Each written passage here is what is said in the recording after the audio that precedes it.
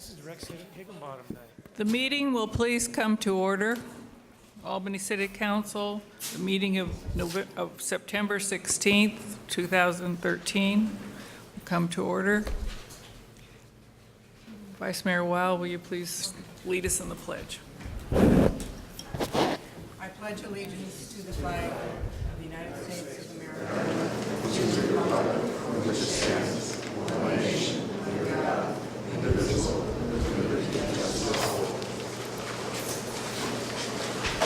Roll call.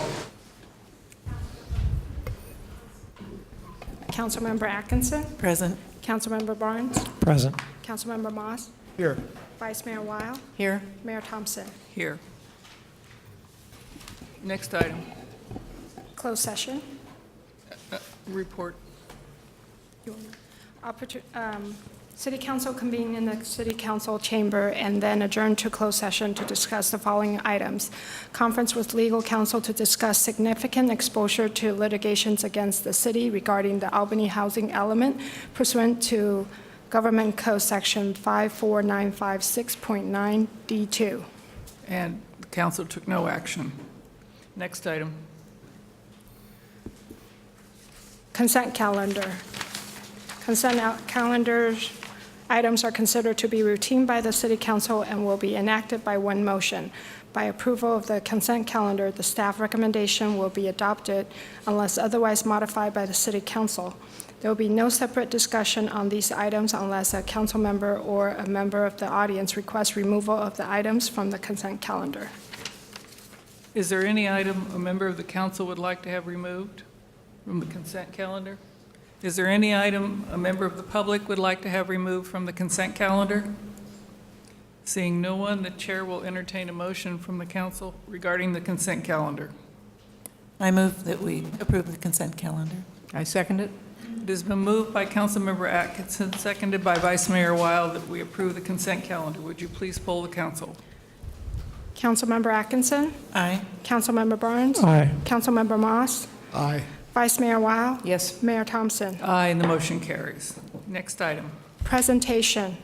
Proclamation in honor of Rex Higginbotham. Rex, would you meet me over there?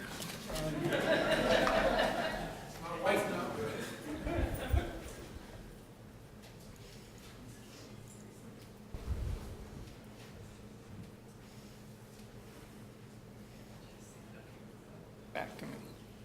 There you go. All right. Proclamation in honor of Rex Higginbotham.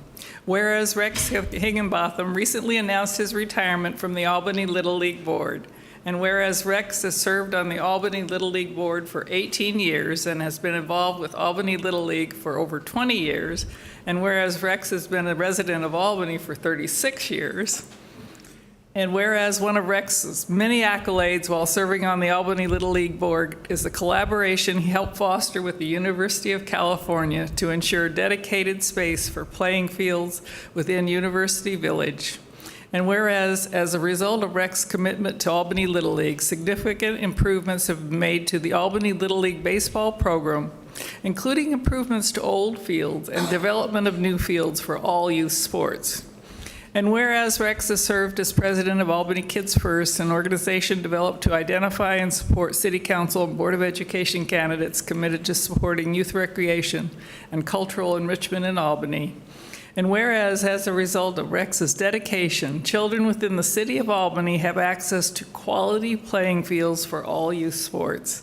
Now, therefore, be it resolved that the Albany City Council hereby wishes to express its gratitude and appreciation to Rex Higginbotham for his stewardship and service to the city of Albany. Thank you so much. Thank you.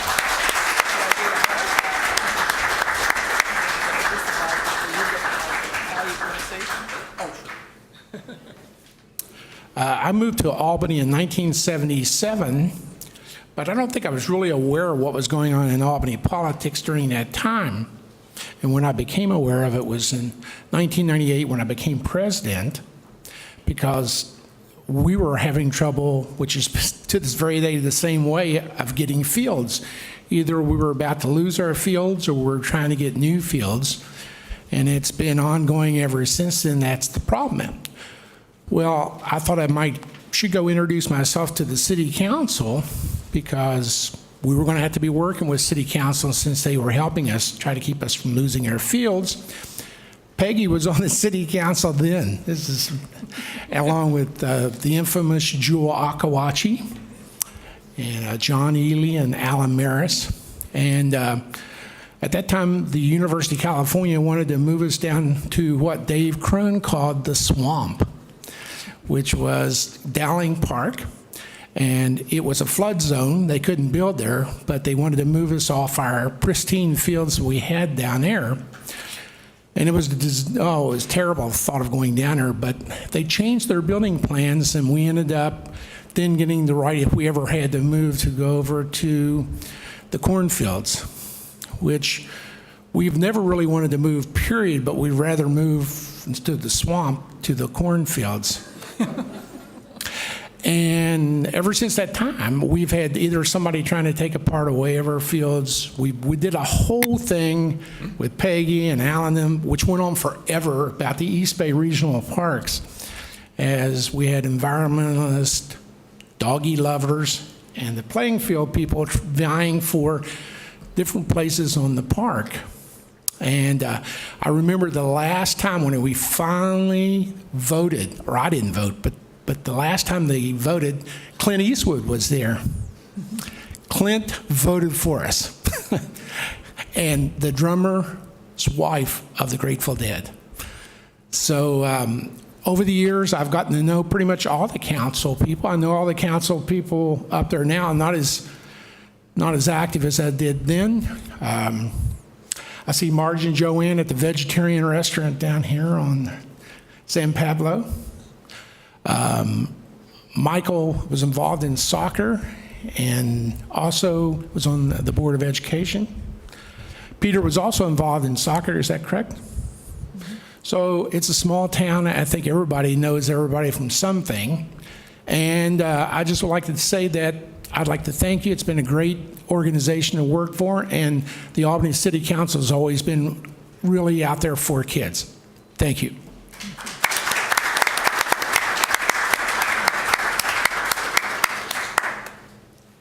Thank you again, Rex, for all your service to kids. And thank you for keeping him off the streets. Next item, please. Good of the City Public Forum announcements. For person desiring to address the City Council on an item that is not on the agenda, please note that city policy limits each speaker to 3 minutes. The Brown Act limits the council's ability to take and/or discuss items that are not on the agenda. Therefore, such items are normally referred to staff for comment or to a future agenda. And we do have 2 people that filled out speaker cards. Bob Offer Westort and Ruth Barrett. If your name is called, would you please come over and stand against the wall, and the first person come to the microphone? And again, you will have 3 minutes. And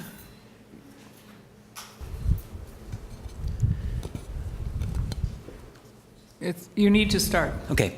Good evening. My name is Bob Offer Westort. I'm a social worker in Berkeley. I work with homeless youth. I don't serve any youth who live in Albany. And I also volunteer here with a group called Share the Bulb, which has been asking you to postpone the eviction of the Albany bulb. I don't know if you are aware, but right now, Berkeley social services are all abuzz about the fact that Alameda County's winter shelter is not going to open this year. We are dramatically reduced in the services that we're able to offer as a county. The city of Berkeley is attempting to get the emergency shelter system to open up to beyond its usual capacity, to get the sites which have been open during storms and whatnot to stay open through the entire winter to deal with the additional number of homeless people.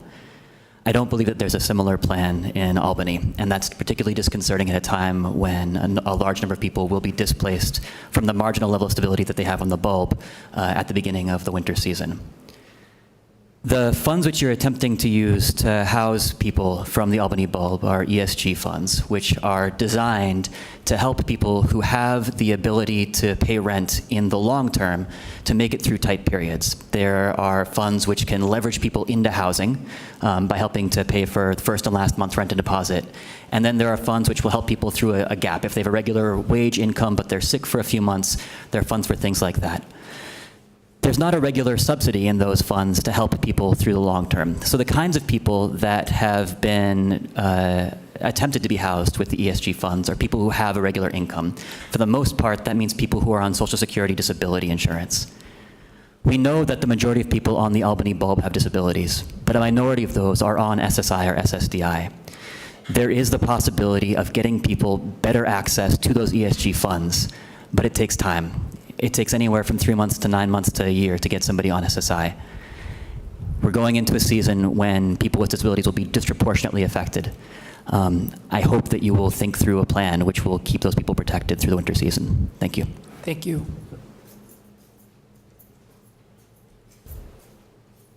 If I could have next three line out, Brian Atkins, Nancy Tyler, and Albert, last name starts with a K. Hi, my name is Root Barrett. I have been working with Share the Bulb and would also like to encourage the members of the City Council to delay the eviction until housing can be found. In some ways, this kind of situation is surprising. In my view of the world, someone who has lived in one place for 7 years should have significantly more say in what happens to that place. The right to a house, the right to housing, the right to shelter is not a luxury. Article 25 of the Universal Declaration of Human Rights includes housing as a basic human right. The Albany Bulb right now is meeting a need that Albany is not currently meeting. It's meeting that need for a very basic human right. In not providing housing, Albany is very publicly failing to provide for its poorest citizens. Albany needs to correct this eventually, I would say. I think everyone can agree that we want to move toward a society where everyone is housed, regardless of income. The question is, on our way toward that, before that housing is found, before that is accomplished, will we destroy the places that are currently meeting that need? I have great faith that we can get creative, even during a housing crisis. The Sustainable Economies Law Center recently released 7 proposals for cities to help encourage, through policy, housing sharing, to make more affordable housing available to more people.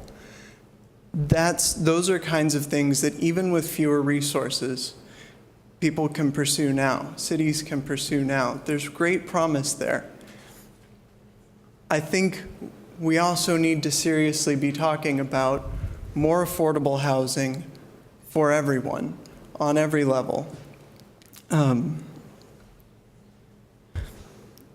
But the continual refrain is that takes time.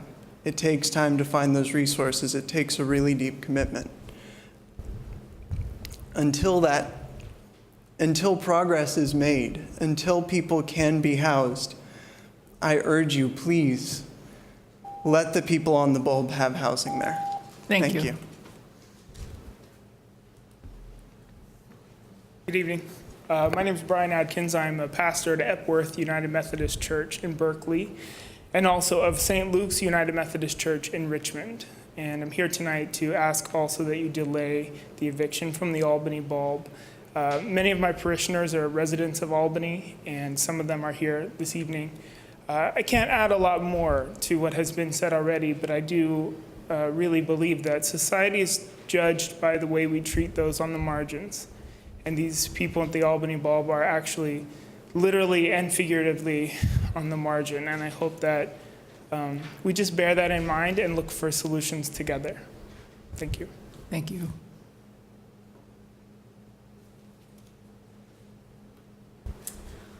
My name is Nancy Tyler. I just moved back to here now.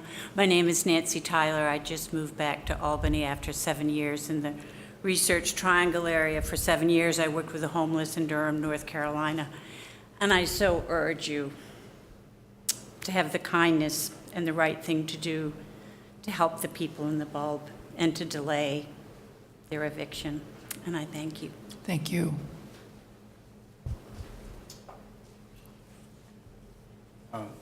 My name is Albert Kiefner, and I'm also a member of Epworth United Methodist Church in North Berkeley. I also volunteer at Western Service Workers Association in West Oakland, and we see homeless people there all the time because they come in with their 48-hour shut-off notices or their 15-day shut-off notices in line in parades on Tuesdays and Thursdays for all afternoon. These people have paid for their food, for their housing. The thing they can't pay for is their utilities.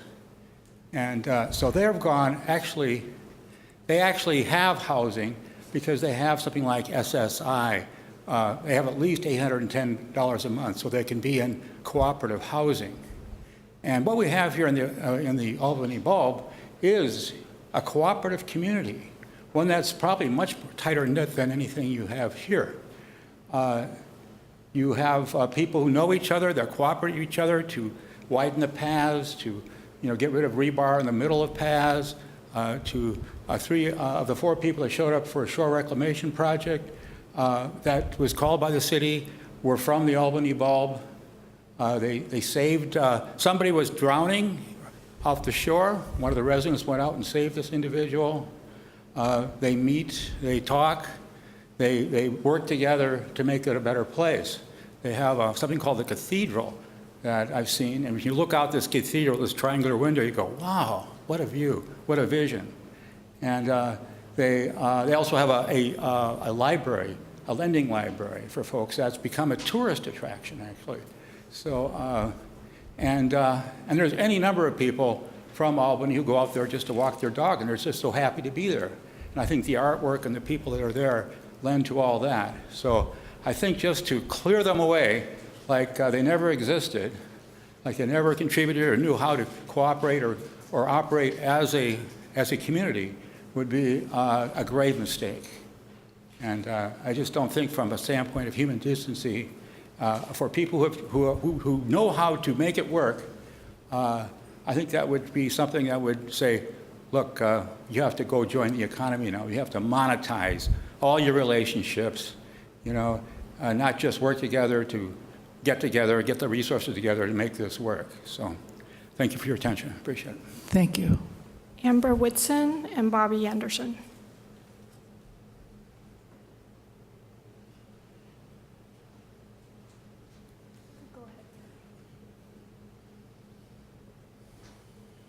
Good evening, Council. And thank you, residents, for your very significant information.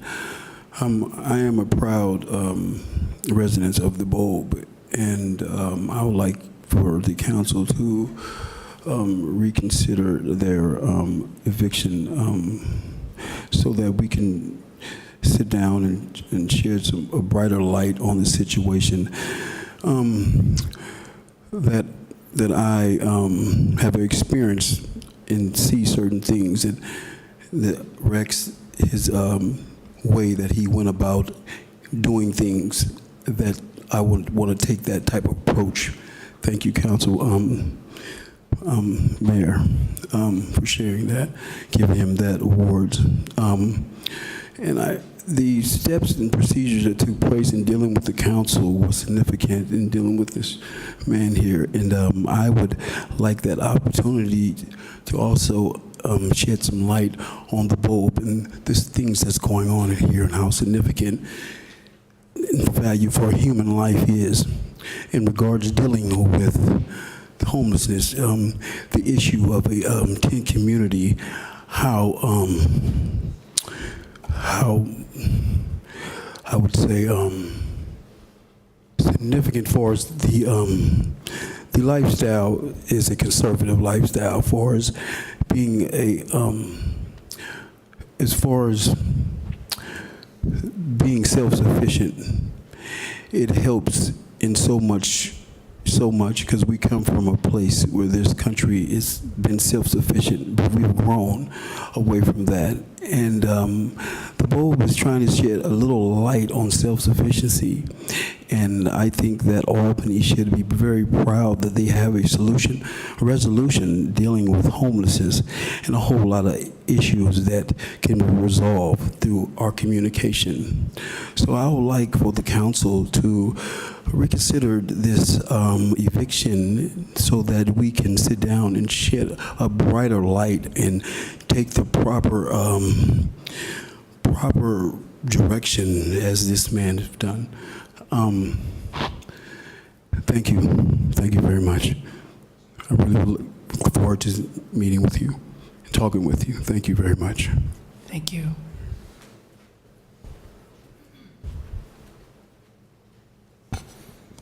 Hi, I wanted to discuss a couple things, one of which being the contract with Berkeley Food and Housing Project, which I was just reviewing the proposal that they submitted for the RFP, and wow, they've got about as much done off that proposal as Albany has done off the 1985 lease agreement. Each time we engage a person, we offer permanent housing assistance. They haven't offered anybody permanent anything out there. In fact, they haven't offered anybody housing. The one person who they may have housed, I've been hearing for a week that he's going to sign the papers the next day, and today he said he's signing them Thursday. But they haven't housed anybody yet. And you've spent now, if you've already given them the second contract's money, $60,000 to get them a van and some Wi-Fi and a printer and a computer so they can sit in their van and not do outreach. I don't know if any of you guys got any of my emails, but a reporter came out there, definitely not the first one, definitely not the first time this happened, where a reporter comes out there to speak with BFHP during the hours and on the day they're supposed to be there, and they're nowhere to be found. And that reporter hangs out for hours, and they end up leaving with whatever they've got, but it isn't from talking to BFHP during the hours they're supposedly supposed to be there housing people. This is a frequent occurrence, actually, that reporters have that happen, because they're really not there very often. Berkeley Food and Housing Project has not referred anybody to any of the agencies that their proposal said they would, including East Bay Community Law Center and Homeless Action Center.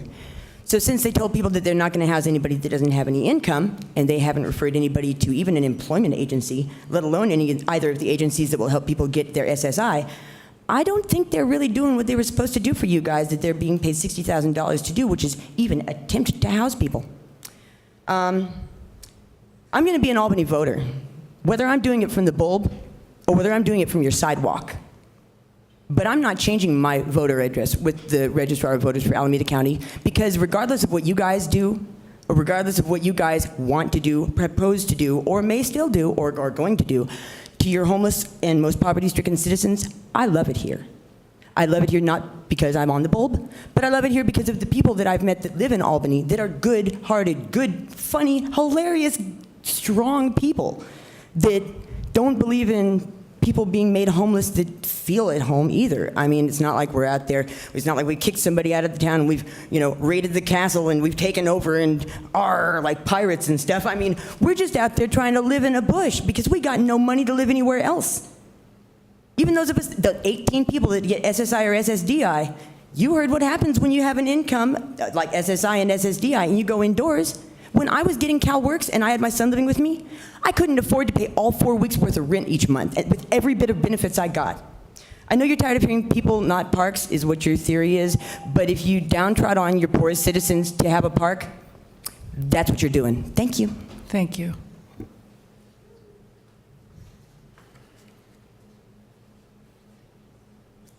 Good evening. My name is Paul O'Curry.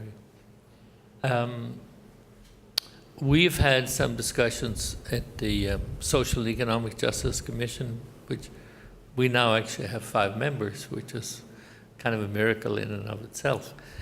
But our main goal is we would like the city to really consider having a drop-in center. You can't have, a couple of people who go out to the pub, twice a week and maybe hope to see people. Whereas if we had a drop-in center, say on San Pablo Avenue in some other building, we would have a place where people could come, they could get information. If they have to go to Berkeley and find, services or whatever, maybe the drop-in center would have, bus tickets that we could give them. If they have to go to Oakland and go to the county or to Highland Hospital or whatever.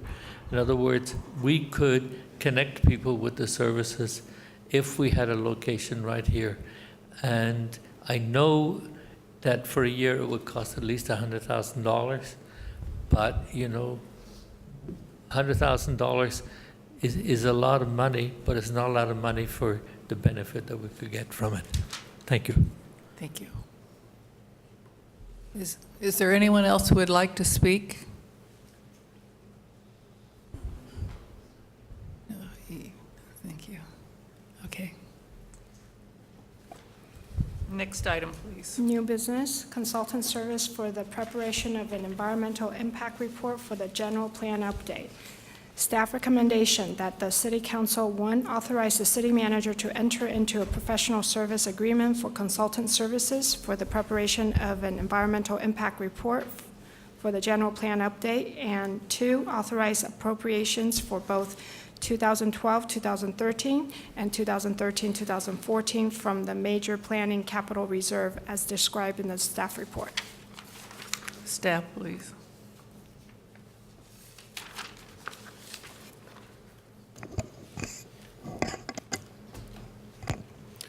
Good evening, Mayor and council members. The agenda item before you this evening is one element of the process of updating the city's general plan. What I'd like to do is give you a brief overview of the general plan, what we're doing, and then discuss specifically the action item tonight, which is to authorize a contract to prepare an environmental impact report. To refresh your memory, the general plan is a state mandate. It covers land use policies in the city. It's required to be comprehensive in the sense that it covers all of the issues and the entire geography of the city. And it's also required to be long range, to have a 15 to 25 year planning horizon. There are 7 mandatory elements, or chapters if you will, that are required by state law. And then as the planning process goes along in community outreach and so forth, in some cases, optional elements will come up as something that the council wants to include in the project. We'll be looking at that and be coming back to you with some possibilities for that later on. But at this point, we don't have any specific recommendations on additional elements that you need to consider this evening. One of the key parts of the general plan is once we identify what the issues are and general policy recommendations, to have an implementation plan where we take some specific actions to realize the vision that is set for the community in the general plan. So at the end of the report, there will ultimately be some very specific action items with a time frame for city consideration. In Albany's case, we have a lot of planning documents that have recently been prepared that serve as the foundation for preparing the housing, the general plan. These are a few of the items that are enumerated here.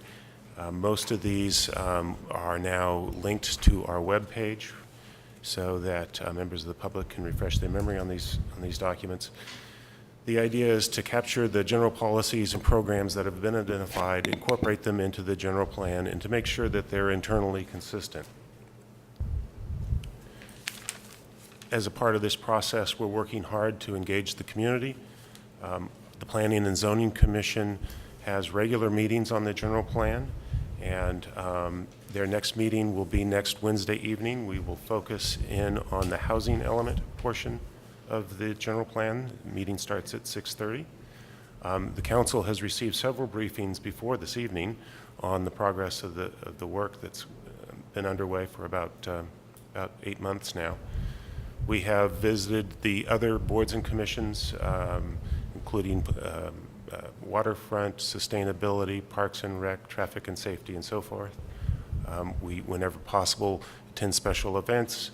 At the Solano Stroll, for example, we had a display at the city's booth. And then whenever possible, if we're happy to speak to groups formally or informally. Our consultant, I think, recently attended a Rotary meeting as an example to talk about it. We also have a web page, albany2035.org. It is a place where people can go back and look at some of the work that's been done to date. All the information about staff reports and presentations that have been made to date are there. There's a YouTube video that gives a nice introduction to what's going on with the general plan. And there's also an opportunity for people to give some preliminary thoughts on what's important, what they would like to see changed in Albany and incorporated into the planning process. As we move through the preparation of the general plan, some of those questions will be updated and be more refined as specific policy issues come to the forefront. This is an example of this is a photograph of the board that we had at the Solano Stroll, and this little stickies there were different comments that people made about their favorite place in Albany. One of the things that struck me to kind of summarize some of those comments is there are a lot of things about community facilities, the library, the parks, the schools, that sort of thing really seem to be everyone's favorite place. Specifically to this evening's action is the preparation of environmental impact report. This is a mandate under the California Environmental Quality Act, and the purpose of the report is to evaluate the impact of the proposed policies on a wide variety of environmental issues. The column on the right-hand side of the screen lists them. Many of the most significant that seem to pop up in these studies are traffic impacts, noise, utility systems, to make sure that we're basically building the infrastructure and protecting the environment as we're implementing the vision for the community. We, in the process of preparing the general plan, look at a series of alternatives just to help people understand the range of possibilities that are before the community, and also understand that we're picking the appropriate approach that minimizes environmental impacts. The Planning and Zoning Commission participated in the process for the identification of the consultant to prepare the environmental impact report. An interview panel was held, and through that process, the firm of LSA Associates was selected. They're based in West Berkeley. They have a great deal of experience. I'll just highlight a couple of them more recent projects and related to general plans, including Mountain View, Livermore, and Berkeley. Their two key sub-consultants include Fair and Peers, which are specialists in transportation planning. Fair and Peers, is shown on the screen, have prepared transportation portions of general plans in Emeryville, Richmond, and Redwood City. They also prepared our active transportation plan. And Baseline Environmental is a consulting firm that specializes in the geology, hydrology, and hazards part of general plans, which are an important part of the preparation of the general plan as well. And they too have worked with LSA on general plans. This time I'd be happy to answer any questions. Questions from the council? Go ahead. So your overall consultant for the general plan is Barry Miller, is that his name? That's right. Correct? So the main consultant doesn't do the EIR and the CEQA process, I take it? That's correct. So did Barry make recommendations on LSA, or is that a separate subcontract process? How does that work? LSA is contracting directly with the city, and we'll manage that. Barry participated closely in the process and helped guide He helped us prepare the request for proposals. He helped us review them. But ultimately, it was the interview panel that was a member of the Planning and Zoning Commission, and myself and Ann Hirsch, and Barry participated in the interviews as well, who are making the recommendation to you. We did vet that recommendation with the Planning and Zoning Commission at one of their recent meetings. And is Barry going to still be under contract with us when the EIR is done? Yes. Okay. Final question. There was some CEQA reform that just came out of Sacramento at the last minute, just a few days ago. Sternberg's plan. Is that going to affect any of this? It's too early to tell. I'm not familiar, because that's been a fast-moving bill, I'm not familiar with the final language. But in general, for something like this, I would not expect that a long-range plan wasn't really the main target, if you will, of the reform effort. The reform is more having to do with individual projects and helping to streamline the process a little bit for certain types of projects. In this case, the environmental impact report is, it's a comprehensive document, but it's a programmatic level. It doesn't go into a lot of detail, but we still need a specialized firm who does this all the time in order to really prepare a good document that, if necessary, can survive a legal challenge and help inform the council when you ultimately are asked to make a final decision on the document. You'll need to review the EIR. And as I mentioned, Barry is under separate contract, but will be working kind of interrelated with the consultant. As an example, we're having the EIR consultant prepare all the graphics that Barry's going to use, so that you only have one consultant preparing a graphic instead of two consultants preparing two different graphics. So we're trying to integrate it, but technically they're two separate consulting contracts. Thanks. I have a question about the request to authorize appropriations for the two separate years. Would you explain that a bit? Yes, this is just to clarify the appropriation process in our budget. The basic idea here, as I understand it from the finance director, is to take some funds that were in a reserve fund and place them in the general fund, and then expend the monies out of the general fund rather than directly out of the reserve fund that was set up for the general plan. The overall financial plan for this effort that we began early in 2013 hasn't changed. It's just being much more specific about where the money is moving between different funds. Okay, thank you. So we've been saving money for a while because we knew this was coming.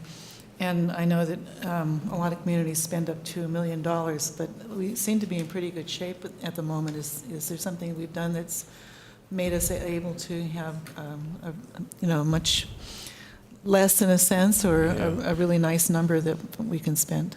Well, we've tried to be disciplined about the scope of work. And one place where budgets can get out of control is if we start adding a lot of those optional elements that I mentioned. In some cases, it's going to be very important to you or to the members of the community that we have an element that focuses in on something. Sometimes there's a sustainability element, as an example. That's an important community value, so maybe that we'll want to do something in that form. But that's not mandated by state law. The budget with Barry and the budget for the EIR consultant is really kind of focused on the basics, if you will. And we're also trying to build off of as many of these the work that we've done in the past few years. So we're not going to redo a climate action plan. We're going to use the work that we've done. Active transportation is another example. And try to capture that investment and just carry it forward, update it a little bit and carry it forward. Thank you. Any other questions from council? Is there anyone in the audience who would like to speak to this issue?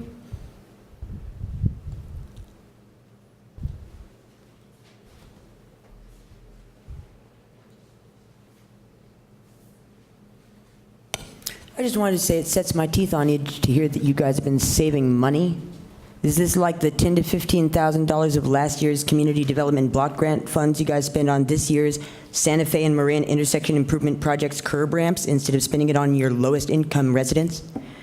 You've been saving money for this? You've been saving money, but you aren't spending anything on your poorest people? Really think about that. Look deep within your conscience and think about the fact you're about to kick us out onto your sidewalks in October, but you've been saving money to pay some obviously housed and well-off employees of some firm to do something that you guys should have probably had better in line years ago, and you probably wouldn't need them to do as much work now as they're going to have to, like maybe on the, housing element part. Think about it. When we are homeless and on Solano, as opposed to homeless and out of sight, out of mind, in October, days from now, about the fact that you're going to have to get all the parts of this right. The housing element part. You're going to have to actually give these people the data on how many homeless residents you have for them to be able to get the environmental impact report right for how much you need in your housing element, for how much, open space you need to store your homeless in. How much, don't forget the fact you guys are still going to have to pay money to store our stuff unless you guys are going to throw it away and deal with litigation. I mean, you guys still haven't even told us anything out there as far as where we're supposed to go. So where do we fit into all this? Where do your lowest income Albany residents fit into this environmental impact report? I gotta know. I mean, I'm not saying tell me right now because I figure you probably won't.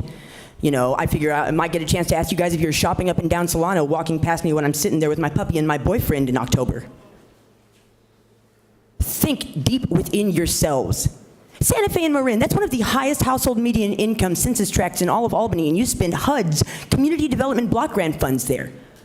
I know, I watched the March 18th City Council meeting tape. I clipped out that part. I've let a lot of people know.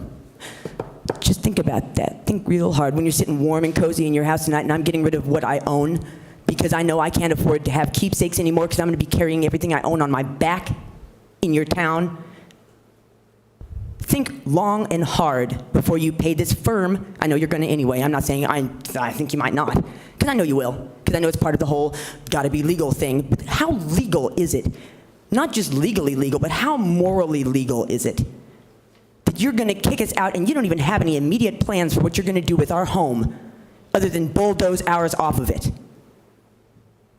I don't want to sleep on the sidewalk. I get bruises on my hips because of my hips. I have hips, I don't have that much fat there, and I get bruises on my hips when I sleep on sidewalks, including the ones on Solano, I'm sure. I don't spange. I'm just going to be sitting there because I'm not going to have anywhere else to have myself because I'm not leaving the town I love and because you will have kicked me out of my home. And I'll be there with 61 other people.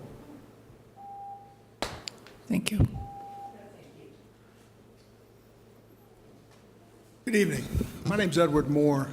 I'm a Berkeley resident. I'm not an enemy of yours. I'm coming here to talk about this proposed environmental impact study. The only thing I'm interested in is what you do in this changing public policy with regard to waterfront development. You haven't defined what you're going to do with the waterfront, so to start a secret study without having done that first is putting the cart before the horse. I'm particularly interested in page 2 of your scope of work. They talk about criteria of significance. Your staff is going to define the criteria of significance. And I would like to suggest to you, I put together that actually the relevant criteria are set forth in the administrative code. And they have to do with whether or not the waterfront qualifies for listing on either a state or a federal list of historic resource. And the word historic resource doesn't mean that the property is historic in the way that San Diego would be or something like that. I'm not suggesting the racetrack is historic. What I'm suggesting to you is the racetrack as a whole has aesthetic, cultural, and historic significances that qualify for the listing. And those should be the thresholds of significance by which your CEQA consultant evaluates the significance of the waterfront. I put together a one-page, I quoted the regulation to give you an idea how relatively simple this is. I have advocated for 30 years on behalf of a public interest with regard to the waterfront. And I would appreciate very much being considered an interested person or a party within the meaning of page 16, so that I would be contacted and I could provide some information and feedback when your CEQA consultant does what they're characterizing as a cultural study. Now, there's an operative word in this scope of work that's really important. They're proposing to do a programmatic study of the cultural aspects of the city of Albany. Now, what that means is that it's done once and it isn't going to be done again. Once you do a programmatic study, all the subsequent developments under that study, you don't go back into the issue. So this is a term of art, but you want to make sure that you handle the cultural aspects of the waterfront or the rest of Albany in a thorough and complete way.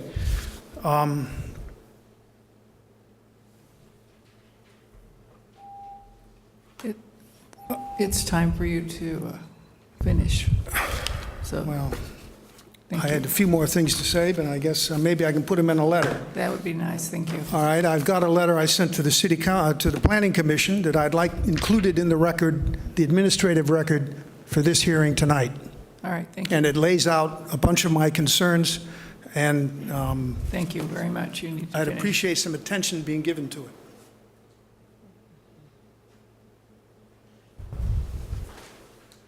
Hello again, Council. Hello, Jeffrey Bond. I would like to say there is a study as far as in transition and in people that's very effective dealing with this significant self-sufficient lifestyle. In transition, we're dealing with not the transition that we're used to, but a whole new transition that I would like to speak of. And I would like to, I'm sorry that I didn't get to meet at the meeting that we were supposed to hook up.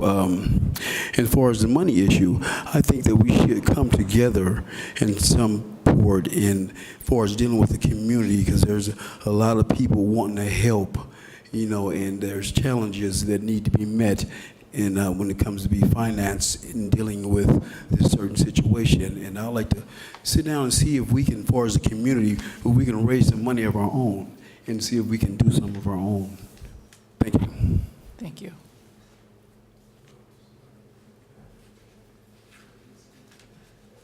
I'm Bob Otis, Albany resident. I'd just like to say a couple of things for the record. My overall impression of what I've seen so far, the general planning process, is that it looks terribly timid, that it's not coming to grips with issues that plague the city, and we're simply going to do a nice little report that will end up on the shelf and not be a very meaningful one.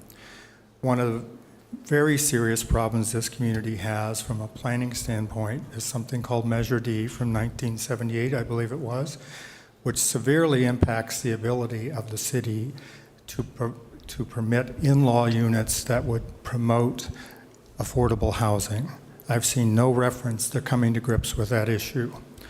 Measure C, which may be beyond political consideration, but that has been a measure that has thwarted any meaningful planning in the city for 23 years.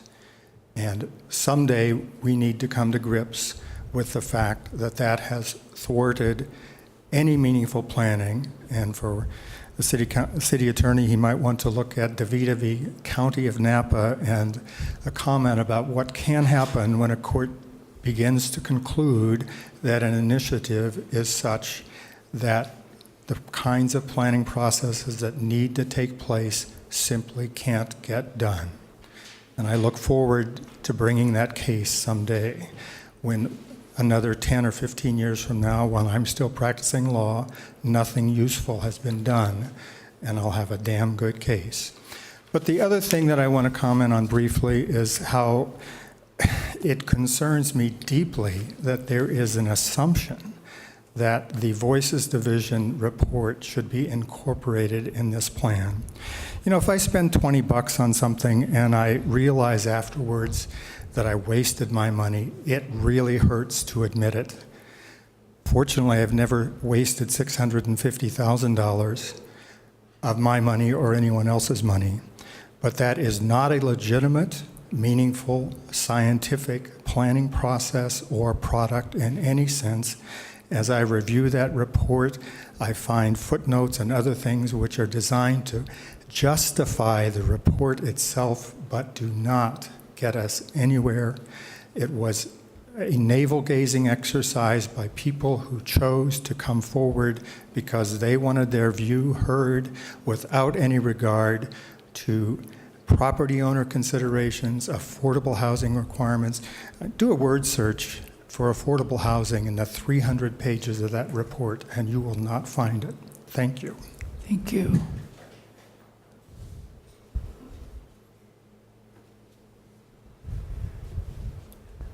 Good evening again.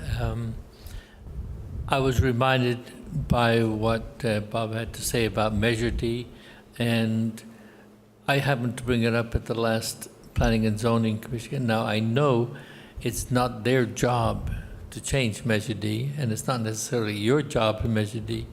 In fact, I think it's something that has to be brought before the voters.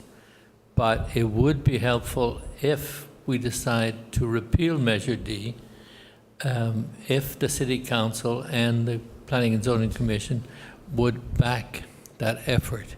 In other words, there would be an effort by the city to repeal Measure D so that, for example, if you want to build an in-law house, behind your house, that you wouldn't necessarily have to have an extra parking space or, well, we all know what Measure D is, So I think we should really start taking that seriously and work from here.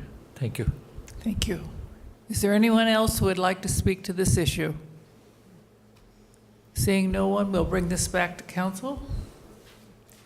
I move that we authorize the city manager to enter into a professional services agreement for consultant services for the preparation of an environmental impact report for the general plan update and authorize appropriations for both 2012-13 and 2013-14 from the major planning capital reserve as described in the staff report. I'll second that. It has been moved by Vice Mayor Weil, seconded by Councilmember Moss, that we authorize the city manager to enter into a professional services agreement for consultant services for the preparation of an environmental impact report for the general plan update and authorize appropriations for both 2012-13 and 2013-14 from the major planning capital reserve as described in the staff report. Is there discussion by the council? Would you please poll the council? Councilmember Atkinson? Aye. Councilmember Barnes? Aye. Councilmember Moss? Aye. Vice Mayor Weil? Yes. Mayor Thompson? Aye, and the motion carries. Next item, please. Other business reports on meeting attended, announcement of events, future agenda items. There's the Albany Local Week, September 22nd through the 28th. Does any member of the council have an item? If not, will you please join me in a moment of silence for the very sad occurrence that we saw in the Navy Yard at Washington, D.C. today when we lost several lives. Please join me in a moment of silence.